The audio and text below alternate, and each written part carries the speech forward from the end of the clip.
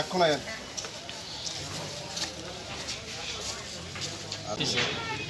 এদিক দিয়ে যাইতেছি কমলপুর নাকি তাদের কমলপুর যাইতে যাচ্ছে এখানে ব্রিজে হারিয়ে গেছে তারা কইছে যাও কোনো অসুবিধা হইতো না একটা গেছে যাওয়ার 2 নম্বরটা গিয়ে দেখলাম যে এটা যাইতো না অসুবিধা আছে তারা কইলাম গাড়ি যাইতো না তারা কইলা ইয়ে করো তুমি নিয়ে যাও আমি কইলাম না না এটা আমি যাইতাম না এটা আরও বেশি ইয়ে দেখো তারপরে তারা কইলাম ফাল্টি দিয়ে অন্য একটা গাড়িতে নেবে তারা তো নিয়েছে না কইছে না ফাল্টি সাল্টি দেওয়া যাইতো না ওদিক দিয়ে ঘুরে লই যাও আচ্ছা ঠিক আছে আমি ঘুরে আনতেছি আনার সময় এখানে ব্রিজ ভাঙি গেছে।